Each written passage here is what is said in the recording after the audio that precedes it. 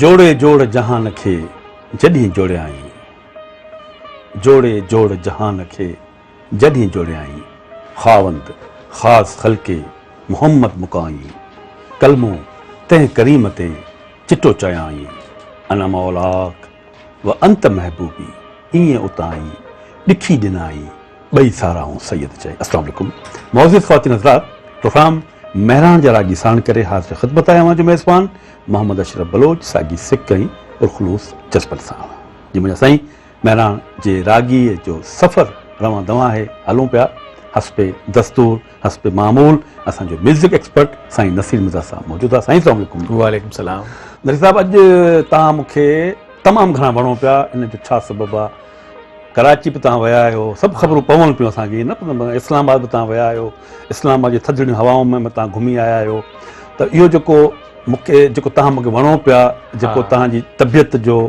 माना, जेका तव्हांजी तबियत में शाइस्तगी हूअं त माशाल्लाह हूंदी आहे, पर अॼु जेको सुबुह जो तव्हांखे मूं ॾिठो त उहा शाइस्तगी थोरी वधीक हुई ऐं जेको आहे सो हशाश बशाश हो।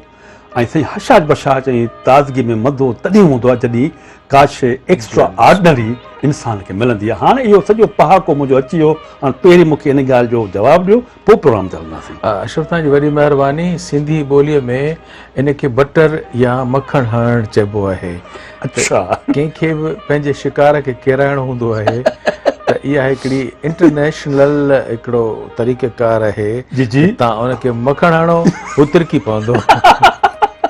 न त हाणे ईअं त कोन्हे नज़ीर साहिबु, हाणे ईअं त कोन्हे। बहरहाल तव्हांजी वॾी महिरबानी, छाकाणि त अलाह जो लख लख अहसान आहिनि जो ऐं 66 सालनि जो आहियां, पर माना पंहिंजे पेरनि ते हलां चलां पियो। ओहो हो माशाल्लाह। बाक़ी जेतिरे क़दुरु तव्हीं इस्लामाबाद जी जेका ॻाल्हि कयो था, इजाज़त ॾींदो था? हा हा बिल्कुलु, इहा ॻाल्हि त ॿुधायो न साईं असांखे। छाकाणि त मरघला जा पहाड़ आहिनि जिते ग़ालिबन 60 जे ॾहाके में 60-62 में उनखे मुल्क जे कैपिटल तौर ते पसंदि कयो वियो। पहाड़ी इलाइक़ो ऐं ख़ुशगवार ऐं सावक सां भरपूर, कुदरती तरह सां थधि कसरत सां उते थिए थी, त हिकिड़ी ख़ुशगवारियत खे ॾिसी उनखे मुल्क जो कैपिटल बनायो वियो हो कराचीअ खां पोइ।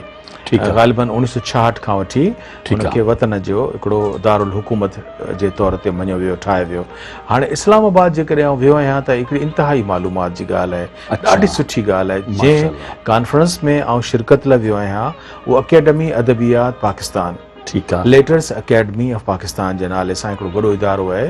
जेको क़ौमी इदारो आहे जंहिंमें सॼी ॿोलियुनि दुनिया जे पाकिस्तान जे सभिनी ॿोलियुनि जा अदीब शाइर उते शिरकत कंदा आहिनि। हाणे हीउ जेको इवेंट हुयो उहो 4 नवंबर ते हो। उते फैज़ अहमद फैज़ जे नाले सां हिकिड़ो वॾो ऑडिटोरियम ठाहियो वियो आहे माशाल्लाह, ऐं गॾोगॾु उन सां हिकिड़ो बहितरीन हॉल ठाहियो वियो आहे जंहिंखे ऐवान एज़ाज़ या हॉल ऑफ फेम सॾियो वियो। उनजो इफ़्तिताह वज़ीर आज़म साहब पंहिंजे हथनि सां कयो। हॉल ऑफ फेम छा आहे? उते मुंतख़िब 35 वॾनि स्कॉलरनि जूं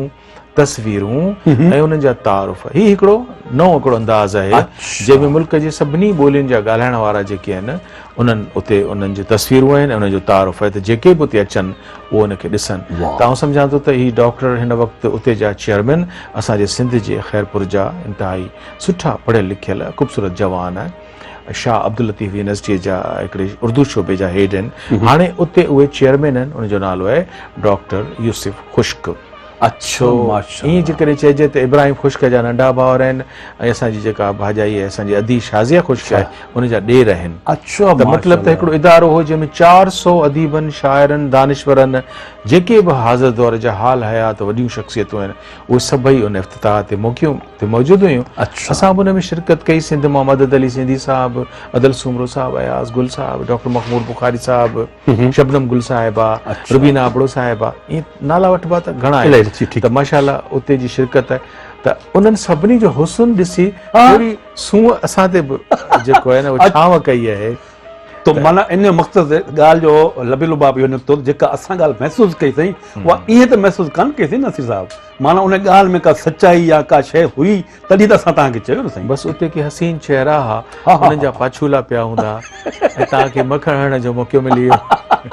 न न माशाल्लाह, असीं दुआ था कयूं सभु तव्हांजे इर्द गिर्द अहिड़ा हसीन चेहरा हुजनि ऐं असांजे इर्द गिर्द बि हुजनि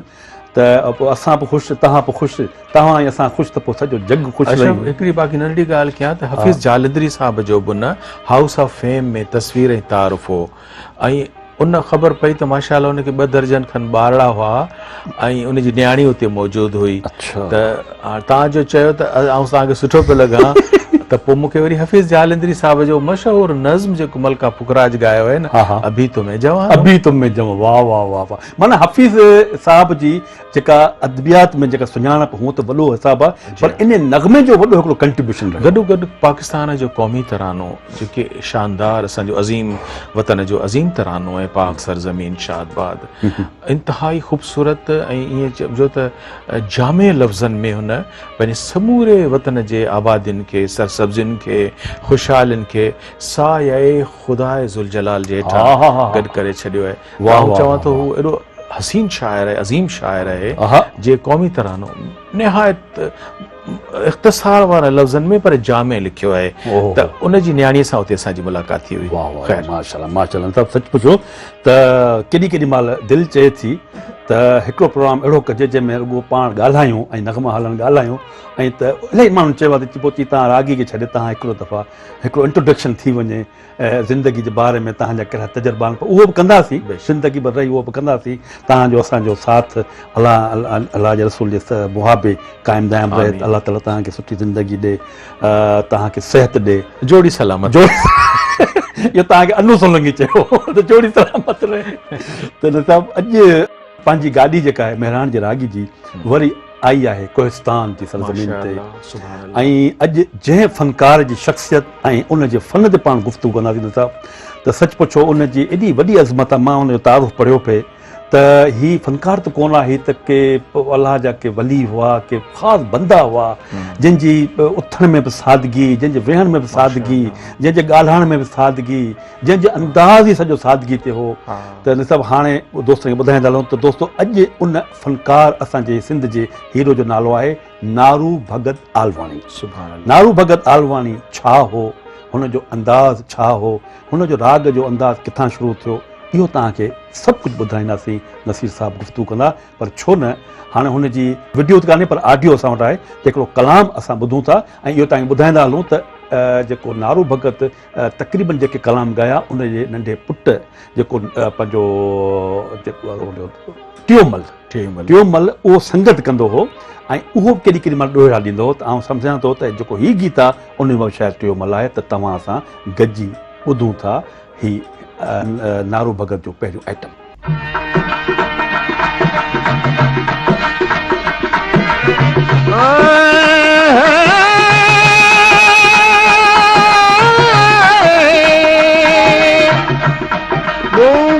तूं ॾाढो ॾाढा यूं करी तूं तन अंदरि तीअं वही जीअं वण वधे वाढो कर्म जो काढो न त पथर केरु पंधड़ो करे मिया होला होला ओ डूंगरे देखो रस हथे ओ डूंगरे देखो रस मेरा हवा को ॾिठो मुंहिंजो जल भुजतन ओ हवा को ॾिठो मुंहिंजो जल भुजतन डूंगर देखो रस मेरा मूंखे ओ डूंगर में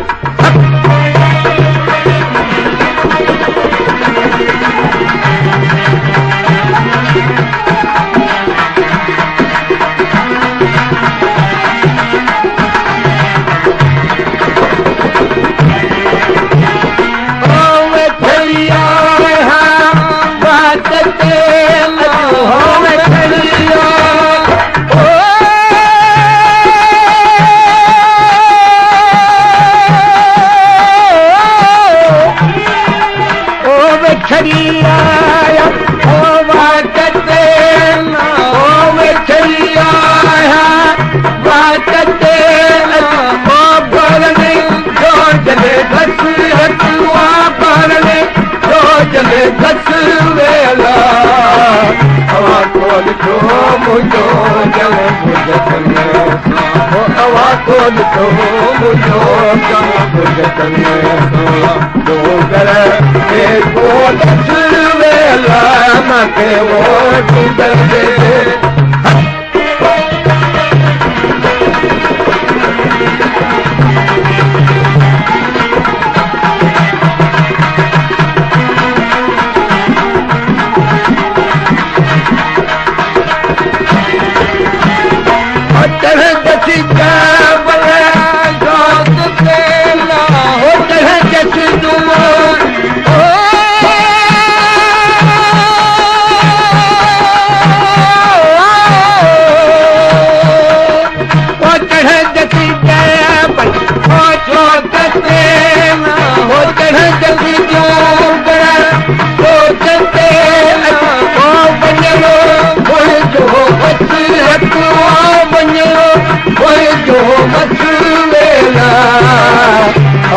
ॾिठो मुंहिंजो जल गुजतन हवा को ॾिठो मुंहिंजो जल गुजतन डूंगर ते को ॾस वेला मूंखे वो डूंगर ते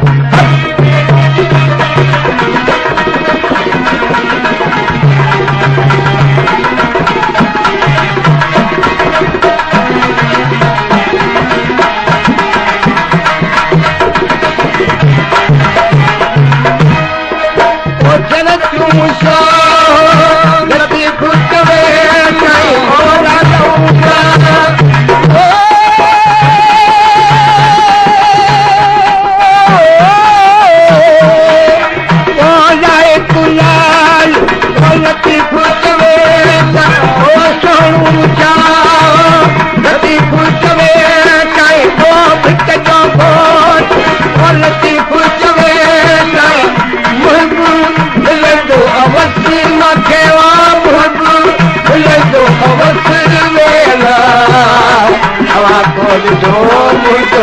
जल गुजतन हवा को ॾिठो मुंहिंजो जल गुजतन डूंगर ते को ॾस वेला मूंखे वो डूंगर ते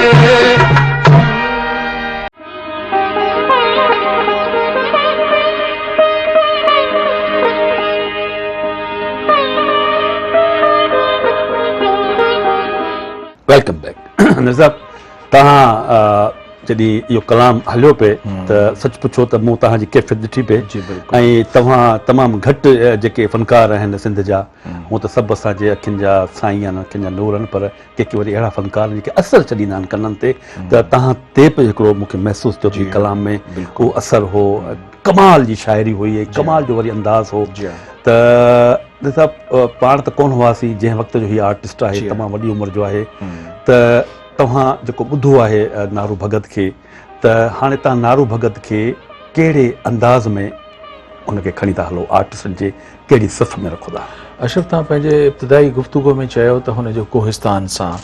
ताल्लुक़ रहियो आहे ऐं कोह आस्थान माना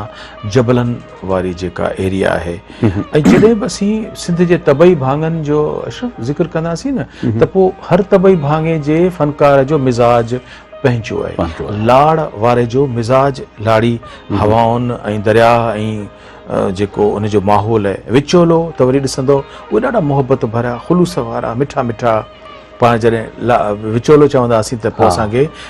सकरंड खां वठी उहो पंहिंजे हलाणीअ ताईं ऐं कंडियारे ताईं असीं हिनखे विचोलो सॾींदा वेंदासीं हिते जे आर्टिस्टनि जो वरी पंहिंजो मिज़ाज आहे वरी असीं उतर हलंदासीं त वरी उतर छाकाणि त थोरो घणी गर्मी ऐं तुर्श त पोइ उनजे रागिन जो पंहिंजा मिज़ाज पंहिंजे गायकीअ जा अंदाज़ आहिनि हाणे असीं जॾहिं कोहिस्तान था चऊं त इहो हिकिड़ो बारानी इलाइक़ो आहे ऐं जबलनि जे विच में आहे त उते जे फ़नकारनि जो बि पंहिंजो मिज़ाज आहे तेज़ आवाज़ सां वॾनि सुरनि ते ॻाइण वारा असांजा आर्टिस्ट आहिनि इख़्तिसार सां त बराज़ भर त असांजे उस्ताद मोहम्मद जो मन बि कोहिस्तान सां ताल्लुक़ रखंदड़ो कंड जंग जो हुनजी पैदाइश आहे ऐं पर ज़िंदगी जो वॾो अरसो वरी उहो मॉडर्न तरीन शहर कराची में कराची में रहियो, ठीकु इहा त थी जुमन जी ॻाल्हि इन ठीकु करे आहे। हुनजो मिज़ाज कराचीअ वांगुरु कराचीअ जे फनकारनि वांगुरु ठीकु आहे, जेके क्लासिकल गवैया हा ऐं मुंहिंजो कराचीअ जी माहौल वारी जी हा। मॉडर्न अंग जेको उन में आयो ॻाल्हि हीअं तव्हां कई आहे नारू भगत जी नारू भगत थाणो अहमद ख़ान थाणो बुला ख़ान थाणो बुला ख़ान। इहो सॼो पेचरो आहे जिते हुनजो अचु वञु आहे ऐं थाणे अहमद ख़ान जा जेको जेतिरे क़दुरु असां सम्झूं था त उते जा ई आहिनि ठीकु आहे बिल्कुलु नारू भगत चइबो त नारू त तव्हां ॾिसंदो त सूफ़ी क़िस्म जो पर जंहिं पंहिंजे कुटुंब में पैदा थियो त ठीकु आहे। नारू उनजो नालो आहे ठीकु आहे भगत माना त भगत विझण वारो आहे तव्हां जॾहिं भगत जी ॻाल्हि कंदो त माना ही हिकिड़े धर्मी ॻाइण वारा जेके मंदरनि टिकाणनि शिवालनि आश्रमनि में पंहिंजा ॻाइण वारा सॼी सिंध में तव्हां सम्झो था त जंहिं दौर में हुनजी जवानी हुई त पोइ ही विरहाङे खां अॻु जी ॻाल्हि आहे त उहो पंहिंजे साध बेले खां वठी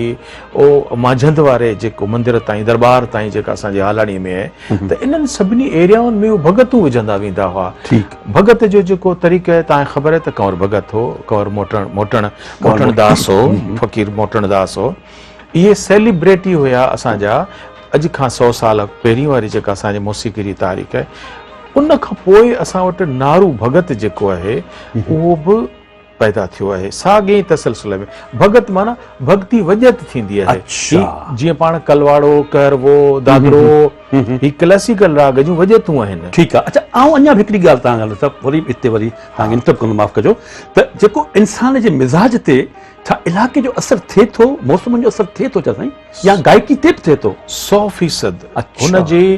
9 खां 34 ताईं जेको माण्हू आहे उहो पंहिंजे इलाइक़े जे आबो हवा जी पंहिंजे इलाइक़े जे मिज़ाज जी तर्जुमानी कंदो आहे तव्हांजी जेका तबियत आहे उहा तव्हांजे इलाइक़े जे हिसाब सां हूंदी उते जी आबो हवा जे हिसाब सां हूंदी त नारू भगत जो मिज़ाज जेको आहे न उहो कोहिस्तान जे माण्हुनि वारो मिज़ाज हो उनजी गायकी जो अंग अंदाज़ बि अगरचे उहो टिकाणनि ऐं भगती स्टाइल जो आहे पर बुनियादी तरह सां जंहिं इलाइक़े जो आहे हू ॿोली बि कोहिस्तानी या काॾे थो वञी रे त ही हिकिड़ो स्टाइल आहे असांजे मख़सूस आहे न उत्तर वारनि जो पंहिंजो असांजो पंहिंजो ऐं तव्हां ॾिसंदो त बदीन वारे पासे निकिरंदो पंहिंजो स्टाइल त हुनजो पंहिंजो स्टाइल ठीकु आहे सभु हाणे पंहिंजे दोस्तनि खे हिकिड़ो इंटरव्यू आहे जेको लाजवाब इंटरव्यू आहे जेको उन वक़्त में जहांगीर कुरैशी साहिबु रेडियो ते रिकॉर्ड कयो हो ऐं तमामु पुराणो रिकॉर्ड आहे उन मां कुझु असां पीसिस खयां आहिनि ऐं दोस्तनि खे ॿुधायूं त नारू भगत जो अंदाज़ ॻाल्हाइण जो गुफ़्तगू कीअं त उहो पंहिंजे दोस्तनि खे ॿुधायूं था उन खां पोइ वरी पाण गुफ़्तगू कंदा दोस्तो तव्हां सां गॾिजी ॿुधूं था नारू भगत जी आवाज़ में हिकिड़ो शानदार इंटरव्यू जेको असां उन में थोरा टुकड़ा टुकड़ा करे तव्हांखे ॿुधायूं था असां ॼावा आहियूं थाने अहमद खान में ॾाढा पर ॾाढा पोटा सभु हिते हींअर मुंहिंजी उमिरि 87 साल अलाह जूं भलायूं मूंखे का बि ॻाल्हि यादि कान्हे का जंहिं महिल ॻायां थो तेॾी महिल जी ख़बर पए वठ वठ वठ सखे स्वभाजा बाझ करो का हऊं महर करो अविहान पंहिंजो फज़ल करो अविहान सखी सुबाजा बाझ करो का महर करो मुझे जो दारू तू ही दे दर्जी मां नया सुई मौला वाला अल्लाह अल्लाह वनी दर्द मुझे जो दारू तू ही दे दर्जी मां नया सुई हाल सभु ई थो ॼाणे हे मुंहिंजा महबूब सभु हाल तूं थो ॼाणे मुंहिंजो ॿियो साईं कोन्हे तोखां सवाइ तूं मुंहिंजो साईं आहीं तूं रस्तो मथां छॾाई न्याज़ मढा नारू चवे मोहत बि ॾिठुमि हिते जिते तो ॾिसां ते चवंदो हिते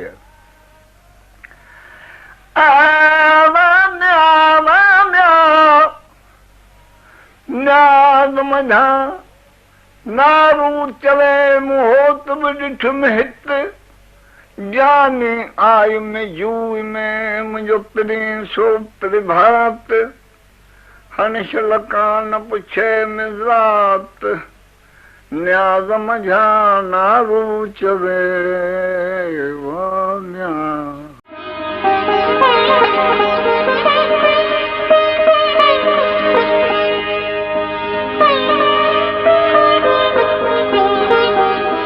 वेलकम बैक दोस्तों। प्रोग्राम महरान जे रागी असीं उनजी ख़िदमत में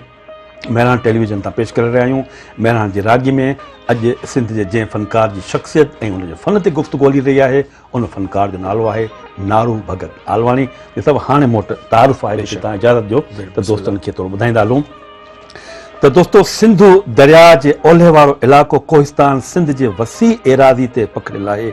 जंहिं जूं हदूं कराची जे उत्तर तरफ़ हब नदी लस ॿेले सां गॾु आहिनि। कोहिस्तान सिंधी तहज़ीब, तमदन ऐं राग वैराग जो बि गहवारो रहियो आहे। शाह लतीफ़ हिन देश जी ससीअ जी दास्तान जा सॼा सारा 5 सुर माज़ूरी, देसी, आबरी, कोयारी, हुसैनी समेत रामकली ऐं प्रभाती बि कोहिस्तान जे पस मंज़र में चया आहिनि, जेके ख़ालिस कोहिस्तान जा सुर आहिनि। बैतन जो बादशाह कबीर शाह, लोक अदब जो पारखू मास्टर मोहम्मद उर समू, तवारीख़ कोहिस्तान जो मुसनिफ़ अला बचा समू, पीर अल प्यासी शाइर, रसूल बख्श दर्स अदीब, उस्ताद मोहम्मद जुम्मन ॻाइणो ऐं संदसि अंगाई ख़ानदान, शाह मोहम्मद नाबीना, नर नवाज़, नारूमल, टियोमल भगत, सुशीला मेहताणी, तालिब पालारी ऐं बचंदो ख़ासकिली जहिड़ा रागीब कोहिस्तान जे पथरीली ज़मीन जा ॼावा आहिनि। अॼु उन्हनि मां साधू मंच रागी नारू भगत खे यादि कयो पियो वञे। नारूमल 1885 में कोहिस्तान जे हिकु नंढड़ी वसंदी थाणे अहमद ख़ान में आलूमल जे घर में जनमु वरितो ऐं संदसि नालो नारूमल रखियो वियो ऐं संदसि आका आलवाणी आका तौरु मशहूरु आहे। नारूमल नंढे हूंदे में सादो ऐं संत मंच हुअण सबबि मामूली सिंधी ऐं हिंदी जी मुख़्तसर अखर साञा जेतिरी तालीम वठी सघियो हो। हू भॻताणे दौर जो आशिक़ हो ऐं सिंध जे कुंड कुर्च में भॻत्याणियूं मंडलियूं मतल हूंदियूं हुयूं। सो नारू भगत बि सूफ़ियाई रंग में रंगजी साईं कुतुब अली शाह जहानिया जी दरगाह जो तालिफ़ बणिजी वियो ऐं वॾे वाक ॻाइणु लॻो त सखी सबाजल जो हुनजो हिकिड़ो अहिड़ो हिसाबु थियो जो हुन मथां का अलाह ताला जी रहम जी नज़र थी ऐं आलवाणी आका जो समूरो कुटुब हिन दरगाह जो तालिफ़ बणिजी वियो ऐं के हिन दरगाह जा ख़िदमतगार बि रहिया आहिनि। इहो सिलसिलो अॼु बि क़ाइमु आहे। कंवर भगत जे लाॾाणे सां सिंधी भॻताणी राग में जेको ख़लल पियो उनखे हिन शख़्स पूरो कयो ऐं नारू भगत भॻताणी राग लाइ अकेलो रहिजी वियो। विरागे सां गॾु जेका लॾ पलाण थी उनखे ॾिसी नारू भगत अक्सर चवंदो हो त सिंध असांजी माउ साईं कुतुब अली शाह असांजो मुर्शिद आहे, हिते ई ॼावा निपना आहियूं, हिते ई जवान थिया आहियूं, हाणे मरण लाइ सिंध खे छॾे केॾांहुं वेंदासीं। इन करे हिन ख़ानदान सिंध में रहणु पसंदि कयो। रेडियो पाकिस्तान कराची सिंधी मौसीक़ी जा प्रोग्राम शुरू कया त नारू भगत बि पंहिंजे सुंग समेत अची ऑडिशन ॾिनो ऐं पास थियो त नारू भगत ऐं साथियुनि जे नाले सां रेडियो जो रेगुलर फ़नकार बणिजी वियो ऐं मशहूरु फ़नकारनि जे साथ में पंहिंजी जाइ जोड़े वरितई। कोहिस्तानी हिंदू जाति वारा ॿोली लहजे में ऐं लिबास जे हवाले सां सिंध जे विचोले वारनि मुस्लमाननि सिंधियुनि जहिड़ा आहिनि। वटनि हिंदू मुस्लिम जी का तफ़रीक़ ई न हुई। सो नारू भगत बि सफ़ेद पटके जो पहिरान, सफ़ेद वॾी शलवार ऐं सफ़ेद ॾाढ़ीअ सां स्टेज ते ईंदो हो त वाह वाह लॻी वेंदी हुई। नारू भगत खे शाह लतीफ़ जे कलाम सां इश्क़ हो। सो रेडियो ऐं स्टेज ते शाह लतीफ़ जे कलामनि सां गॾु साईं कुतुब शाह जहानिया जा कलाम बि ॻाईंदो हो ऐं असुलु वण वॼाए छॾींदो हो ऐं हर तरफ़ खां सदाऊं थींदियूं हुयूं, बुलंद थींदियूं हुयूं त वाह भगत वाह।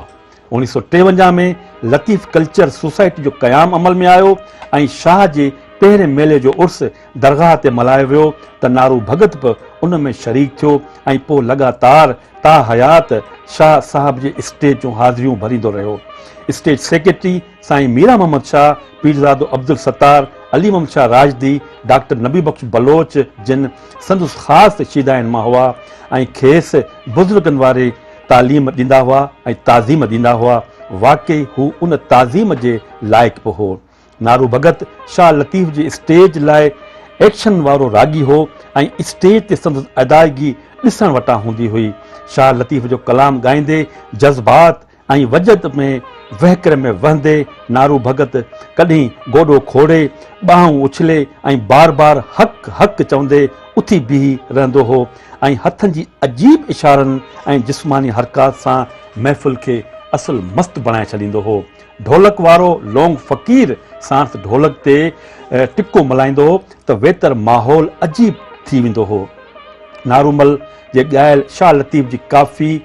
कत्यम कीन की छा ॿुधायां जग मशहूर काफ़ी हुई जंहिंखे उस्ताद उमेद अली ख़ान वर वर ॾेई ॻायो ऐं जॾहिं त शाह जी काफ़ी मंज़िल जी मारी बर सग़ीर जी बेहद मशहूर फिल्मी गायक मोहम्मद रफ़ीक बि ॻाई ऐं वाह जी ॻाई। नारूमल जी ऑर्केस्ट्रा बि मामूली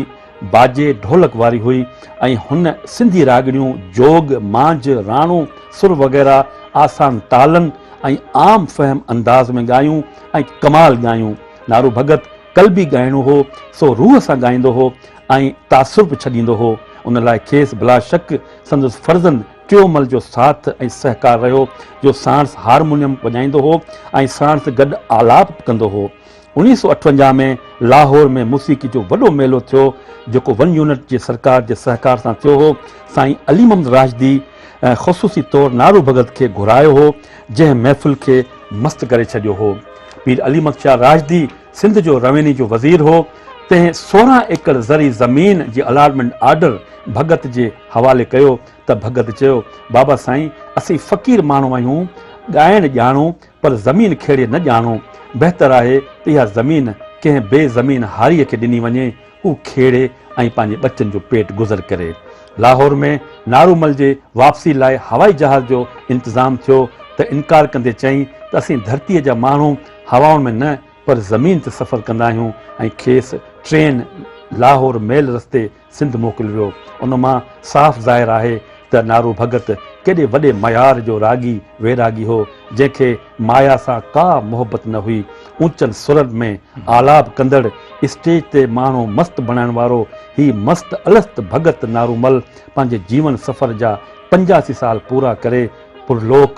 पधरे वियो। संदसि उन सूफ़ियाई सरमाए जो वारिस लाइक़ फर्ज़न टियोमल बणियो। ही दुनिया मांझाने जो माॻ आहे सो नारूमल बि 12 दिसंबर 1996 ते थाणे बुला खान में हमेशह लाइ हलियो वियो। अॼु न उताकनि में तालिब तंवारीन आदेसी उथी विया मरियो मूं मारीन जे जीअ खे जियारीन से लाहौती लॾे विया। तंहिं सां ही हो मुख़्तसर तारुफ़। हाणे छो न दोस्त ऐं असां तव्हां गॾिजी ॿुधूं था नारू भगत जो ही ख़ूबसूरत कलाम। अवां को ॾिठो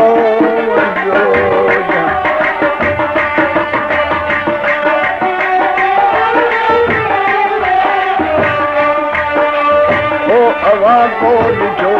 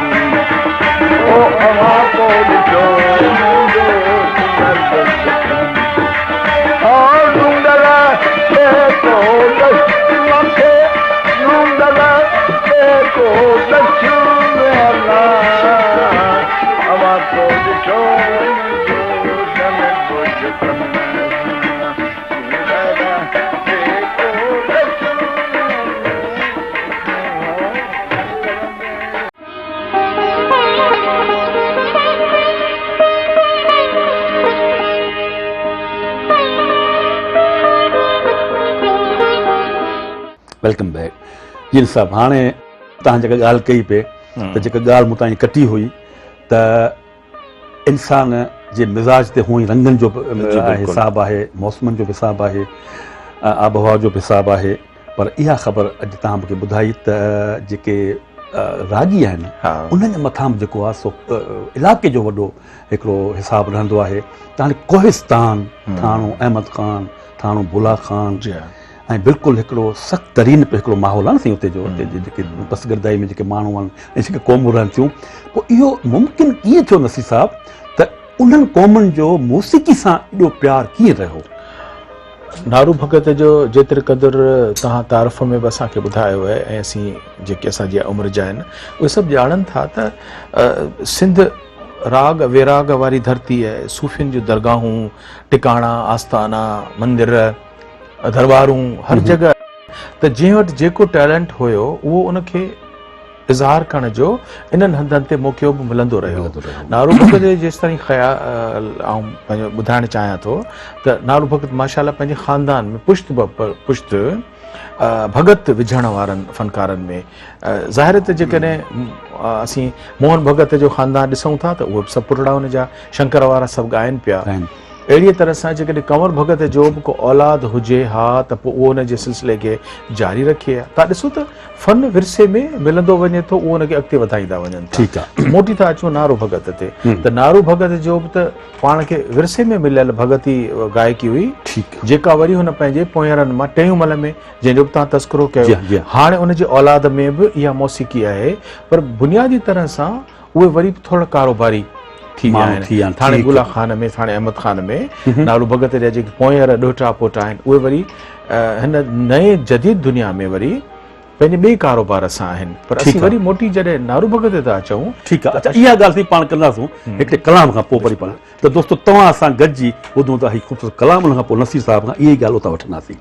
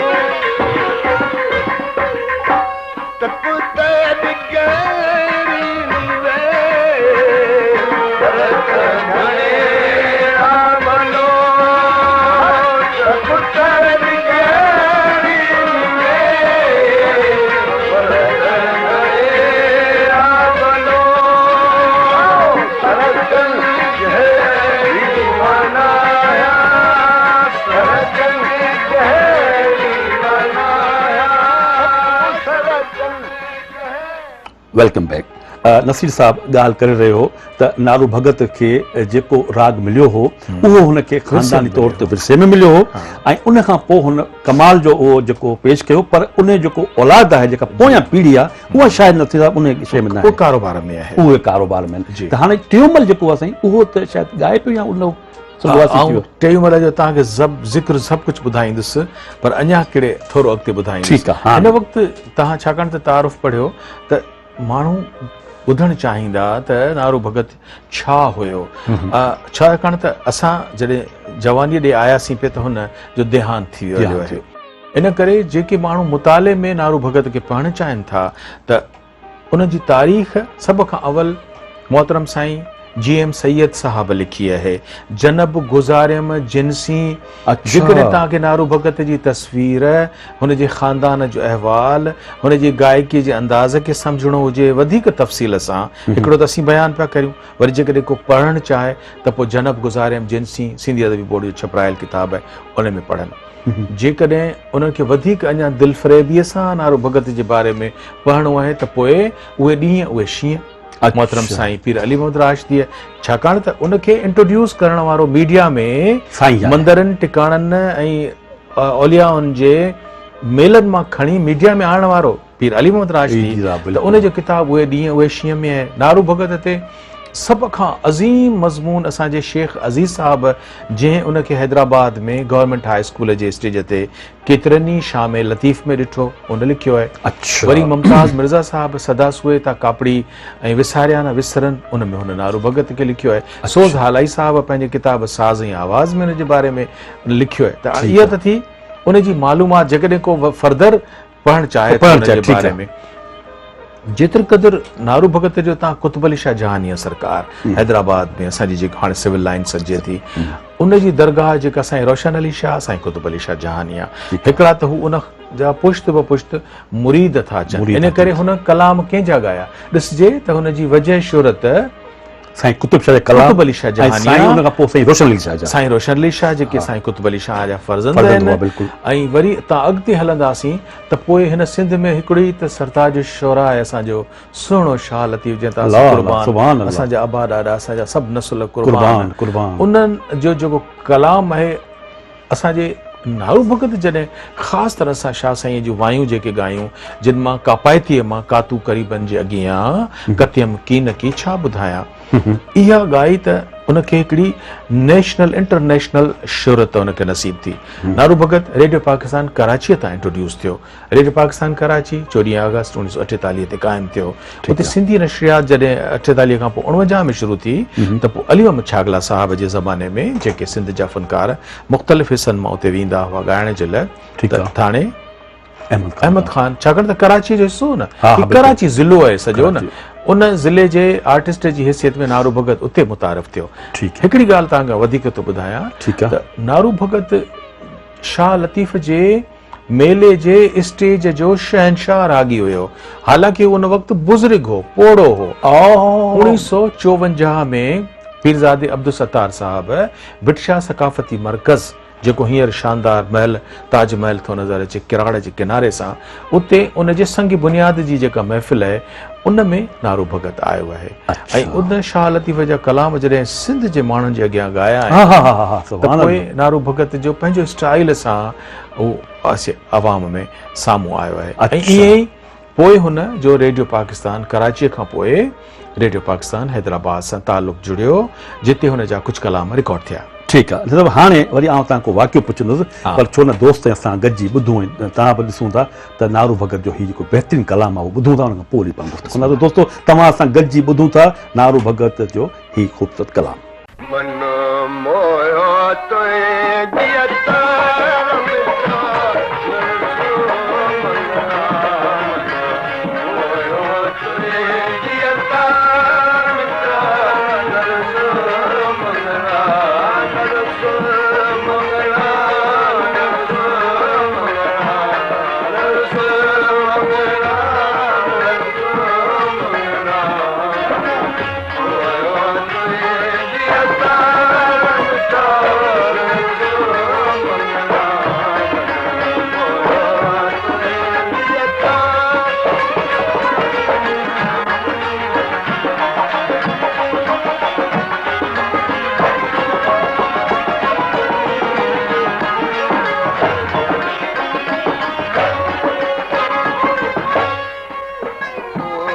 जेकी घुरणो हुजे साईं गुरु जेकी घुरणो गुरु जेकी घुरणो हुजे साईं गुरु जेकी घुरणो गुरु जेकी घुरणो हुजे साईं मोटल मन हार लाई दिए साजन ओ मोटल मन हार लाई दिए साजन दिए साजन को दिए साजन को दिए साजन को दिए साजन को दिए पार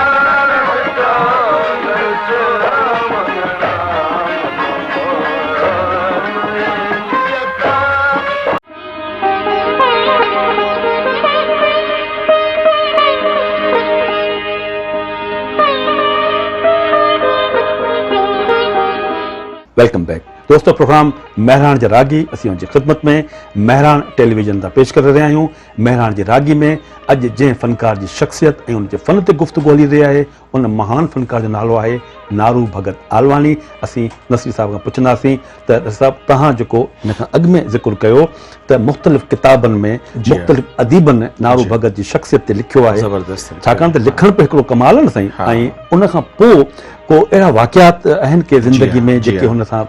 लाॻापियल रहिया हुजनि। 1955 में गवर्नमेंट हाई स्कूल जो स्टेज आहे छाकाणि त उहो मर्कज़ हूंदो हो असांजे शहर जो जंहिंखे असीं सोसाइटी एरिया जंहिंखे सदर चऊं था त असांजे स्कूल जेके आहिनि हायर सेकेंडरी स्कूल उन में वॾे में वॾो ओल्ड कैंपस त यूनिवर्सिटी सॾिबी हुई पर वॾे में वॾो जेको स्कूल हूंदो हो हैदराबाद जो उहो गोल बिल्डिंग जे साम्हूं गवर्नमेंट हाई स्कूल। अॼु बि तव्हां हुनजी नवर राय या हुनजी बिल्डिंग ॾिसंदो गवर्नमेंट हाई स्कूल जे नाले सां। उते 1955 में जॾहिं मीरा मोहम्मद शाह मखदूम साईं तालिबुल मौला पीर अली मोहम्मद राशिदी सभु दबंग इंसान वेठा आहिनि ऐं उनखे रिपोर्ट करे पियो डॉक्टर नबी खान बलोच उन जी सॼी कार्रवाई लिखी आहे 1955 जे शाम लतीफ़ जी ऐं शेख अज़ीज़ बि पोइ उनखे फॉलो कयो आहे जेके नौजवानी हैसियत में उनखे ॾिठो आहे नौजवान साफ़ी जी हैसियत में। ॿिन्ही ॼणनि छा लिखियो आहे त असां नारू भगत खे शदीद कमज़ोर वॾे डिघे पहिराण सां ऐं माना बुज़ुर्ग ॾिठो आहे पोड़ो ॾिठो आहे पर उनजे में हू घणो करे उथी बि ॻाईंदो हो पोइ वेही ॻाईंदो हो त पोइ वरी जॾहिं मस्त थींदो हो त पोइ वरी उथी बीहंदो हो ऐं तरंग में अची मस्तीअ में ॻाईंदो हो। इहो हुनजो स्टाइल आहे। जेकॾहिं तव्हां हुनजा गाना असीं काफ़ी ॿुधूं पिया त हुननि चयो आहे त जॾहिं नारू भगत उथण विहण खां हलाक हो लठ खणंदो हो वॾी हिकिड़ो त लाठेर हो पाण तमामु डिघो कद जो हो वरी उन खां डिघी लठ हथ में खणी हू इसरे ते ईंदो हो ऐं तसवुर इहो कयो वेंदो हो त हाणे हीउ वेठो आहे त वेठो ई रहंदो उथी कोन सघंदो।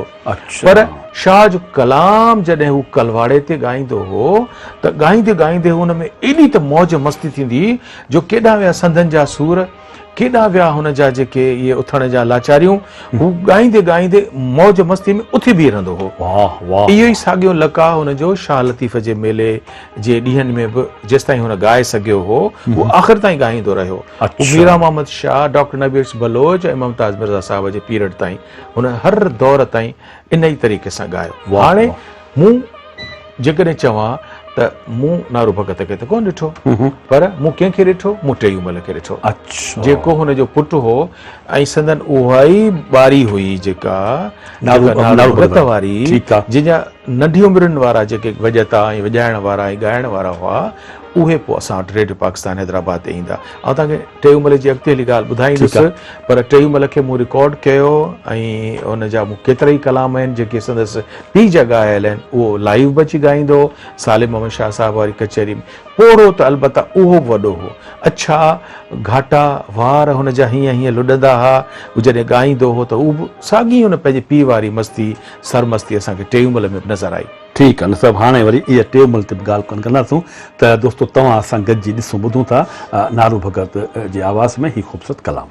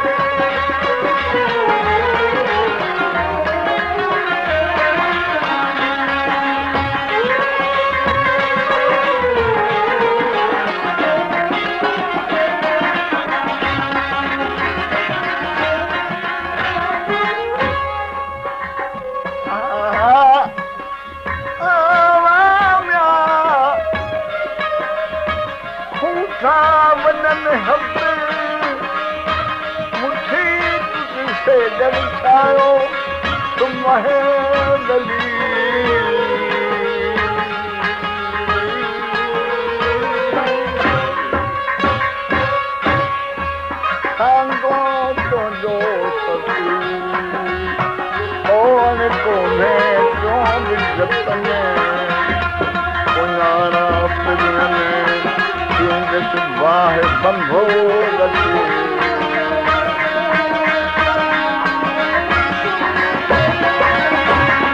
मोती दिलदारी वरले मोती दिलदारी वरले मोती दिलदारी वरले छदे महला मान पवई को बसते ओ छदे महला मान पवई को बसते ओ यूपी रबर जाग पवई को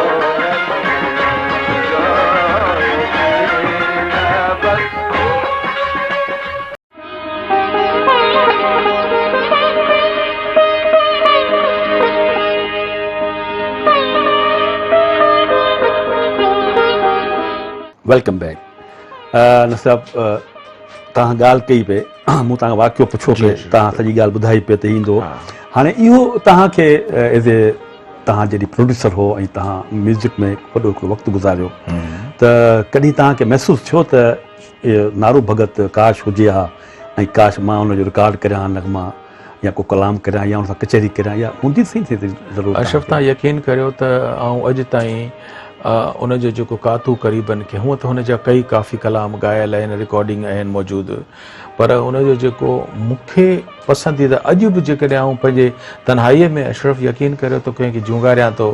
या आउं कंहिंखे मिंथ करियां थो त मूंखे हीउ ॻाए ॿुधायो त उहो नारू भगत जो कलाम आहे हाणे इन कलाम जी करामत बि हिकिड़ी अथव कातू क़रीबन जे अॻियां कत्यम कीन की छा ॿुधायां आपा प्रोफेसर अमीना खमीसाणी अमीना खमीसाणी ठीकु आहे सिंध यूनिवर्सिटीअ जे अंग्रेज़ी शोबे जी सरबराह सख़्त तरीन उस्ताद जेका सिंध यूनिवर्सिटी जॾहिं ॼामशोरे में ठही आहे त पाण उन जे अंग्रेज़ी शोबे जी सरबराह आहे जंहिं सिंधीअ में सभई शागिर्द यूनिवर्सिटीअ में अंग्रेज़ीअ जा पैदा कया आहिनि जेके जिन तां मास्टर्स कई आहे आप अमीना खमीसाणीअ अशरफ ॾिसो शाह लतीफ़ जो जेको रिसालो आहे न अंग्रेज़ीअ में उहो सभ खां पहिरीं त आगा मोहम्मद याकूब शिकारपुर वारे सिंधीअ मां अंग्रेज़ी में आंदो आहे ॿियो अंग्रेज़ी में आणण वारी शख़्सियत हस्ती आपा अमीना खमीसाणी आहे शाह जो रिसालो इहो सिंध सकाफ़त खाते पारां शाया थियल आहे उन जो प्रीफेस जो मूं खोले पढ़ियो त अंदरि उन में आपा छा पई लिखे अमीना खमीसाणी त जॾहिं मुंहिंजो घरवारो गुज़ारे वियो त पोइ परियां किथां इद्दत में वेठल हुअसि त मूं आवाज़ किथां ॿुधो नारू भगत जो उन ॻायो पे कातू क़रीबन जे अॻियां कत्यम कीन की छा ॿुधायां त चई त मूं सोचियो त आउं उहो बुज़ुर्ग आहियां मुंहिंजो बुज़ुर्ग घरवारो गुज़ारे वियो दुनिया मां नेठि वञिणो आहे कातू क़रीबन जे अॻियां जॾहिं हू पुछंदा त तो दुनिया में छा कतियो असांजे लाइ तो कहिड़ो कमु कयो त चई मूं इहा नारू भगत जी वाई ॿुधण खां पोइ फौरन तहयो कयो त आउं शाह लतीफ़ खे तर्जुमो कंदुसि छो त उन मूंखे वाइब्रेंट करे छॾियो उन मूंखे लोॾे छॾियो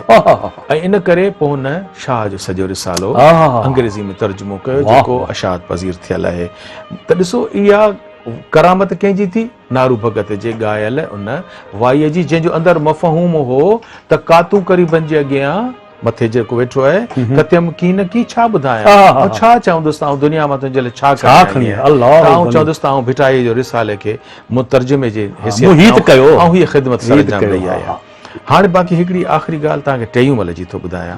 टेऊंमल पंहिंजी आख़िरी परफॉर्मेंस जे लाइ रेडियो हैदराबाद ते आयो हो हुनखे पंहिंजे ॻाइण जो चेक बि मिलियो ऐं हुन वटि पंहिंजो कॉन्ट्रैक्ट बि हो असां सभिनी खे ख़बर आहे त थाणे बुला खान जूं जेके बसूं आहिनि गाॾियूं आहिनि उहे हीराबाद ऐं सिविल हॉस्पिटल लाल बत्ती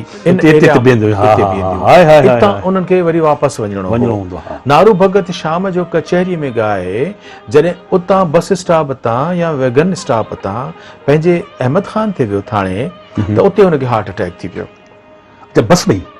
फुटपाथ ते अच्छा बस में वेठो ई कोन जी करे वियो उन वटि खीसे में रेडियो पाकिस्तान जो चेक बि हुयो त कॉन्ट्रैक्ट बि हुयो लामोहल्ला हिकिड़े तमामु अहम हंध ते हुनजो डेथ थी वियो हार्ट अटैक थी वियो त हुनजो डेथ थी वियो उते ई थियो जी हा उते फुटपाथ ते टेऊंमल जो डेथ थी वियो उन ॾींहुं थी वियो जॾहिं हू रेडियो जो प्रोग्राम करे वियो। नतीजतन उन्हनि कंहिं पुलिस चौकीअ तां या हॉस्पिटल वटां रेडियो पाकिस्तान जे ड्यूटी रूम में फोन आयो हो त जोगी जेकस विया जबरूत मां ॾिठमि अॼु माठ मड़ियुनि में। त हुन पंहिंजी आख़िरी परफॉर्मेंस, ॿ वाक़िया आहिनि जेके नारू भगत जे हवाले सां त आप अमीना खमीसाणीअ वाइब्रेंट थी सॼो रिसालो अंग्रेज़ी में कयो ऐं नारू भगत अफ़सोस त उनजो पुटु टेयूमल जेको आहे उहो सिविल हॉस्पिटल वटि थाणे बुलाखाने जी बस में चढ़ण खां पहिरीं अलाह सां ॾाढो रवानो थी वियो। ऐं असांखे रेडियो ते इतला मिलियो, पोइ असां वटि वियासीं, असां हुनजे औलाद, हुनजे माइटनि, हुनजा ॿिया उन्हनि खे असां ॿुधायो ऐं हू पोइ इहो हिकिड़ो अजीब हिकिड़ो वाक़ियो आहे त उन्हनि आख़िर में हुनजो विसाल जेको आहे उहो हैदराबाद में थियो टेऊमल जो। वाह वाह वाह साहब, सच पुछो त तव्हां जेका ॻाल्हि कई उन में ॾिसो हिकिड़े लफ़्ज़ सां या हिकिड़ी झलक सां इंसान जूं ज़िंदगियूं नसीर साहब चेंज थी वेंदियूं आहिनि। जीअं आपा खमीसानी जेको किताब लिखियो, जेकॾहिं नारू भगत जो आवाज़ न ॿुधे शायदि न करे तर्जुमो।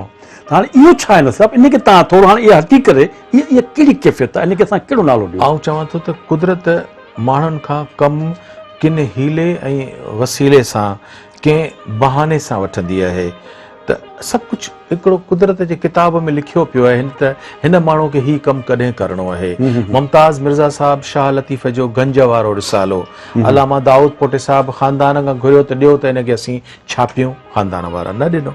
शाह लतीफ़ जो गंज जेको दरगाह जे कुंड सां शोकेस में रखियो आहे, उहो ख़ानदान वारनि वटि अंदरि घर में हवेलियुनि में बीबियुनि वटि हो,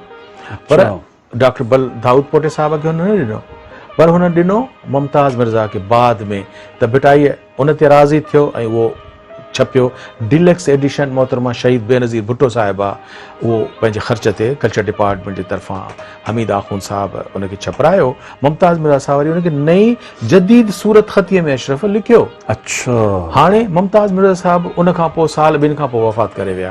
त हाणे असीं चवंदा आहियूं त इहो कुदरत हुनखे जेको ज़िंदगीअ जो मौक़ो ॾिनो, वक़फ़ो ॾिनो त हीउ कमु कर, ऐं हू इहो कमु करे पाण खे सदाईं जे लाइ अमर करे वियो। हा हा हा, वाह वाह वाह साहब, सच पुछो त तमामु सुठी ॻाल्हि तव्हां ॿुधाई ऐं आउं सम्झां थो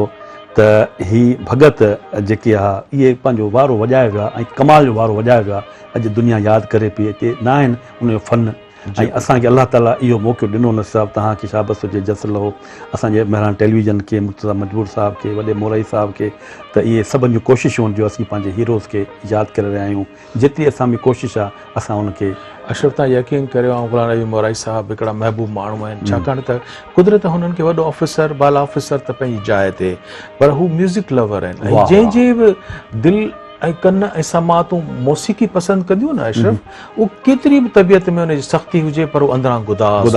ऐं महिरान जे हिन चैनल ते आउं तव्हांखे मोहम्मद सिद्दीक़ असांजा कल्लोड़ो साहब आहिनि, सिंध यूनिवर्सिटीअ जा हींअर हिन वक़्तु जा वाइस चांसलर आहिनि, त 4 अक्टूबर ते उन्हनि सां मुलाक़ात थी। चई साईं आउं वक़्तु कढी तव्हांजो प्रोग्राम महिराण जा रागी ज़रूरु ॿुधंदो आहियां, त मूंखे पुराणनि रागिनि सां, पुराणनि मौसीक़ीअ सां ॾाढी दिलचस्पी आहे। त आउं सम्झां थो त इहो ज़ाहिर त मालिक त असांजा गुलाम नबी मोराई साहब, त उन्हनि स्पेस ॾिनो आहे उन्हनि बुज़ुर्ग ॿुधंदड़नि खे बि जेके हिन क़िस्म जी मौसीक़ी ॿुधनि था, ऐं कुदरत उनजे लाइ प्लेटफॉर्म मुर्तज़ा मजबूर साहब खे ऐं उनजी कंडक्ट करण या उनजो मेज़बानी शरफ़ तव्हांखे थो मिले। वॾी महिरबानी साहब, यकीन करियो त इहो ई अलाह ताला जो वॾो असांजे मथां करम आहे, थोरो आहे, वॾा करम आहिनि जंहिंमें हिकिड़ो इहो बि असां पंहिंजे हिसे जो थोरो घणो कमु कयो आहे। त दोस्तो ही हो असांजो अॼोको प्रोग्राम महिरान जा रागी, जंहिंमें असां सिंध जे हिकिड़े तमामु वॾे रागी, हिकिड़े तमामु वॾे नाले वारे फ़नकार खे यादि कयो। उनजो नालो हो नारू भगत आलवाणी। उनजी शख़्सियत ते असांजे म्यूज़िक एक्सपर्ट साईं नसीर मिर्ज़ा साहब गुफ़्तगू कई। इन सां प्रोग्राम जो वक़्तु हाणे पूरो थियो। साईं नसीर मिर्ज़ा साहब ऐं पंहिंजे मेज़बान मोहम्मद अशरफ बलोच खे ॾिना इजाज़त। साथ सलामत।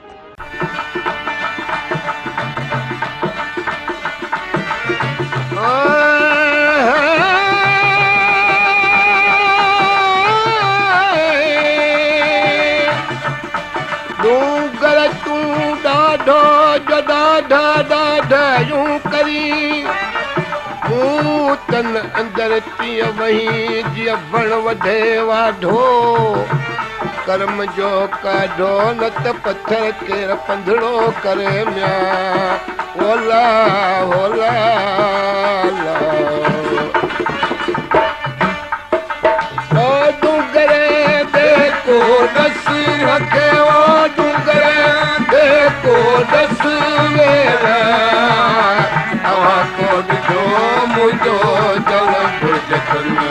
ओ तव्हां को ॾिठो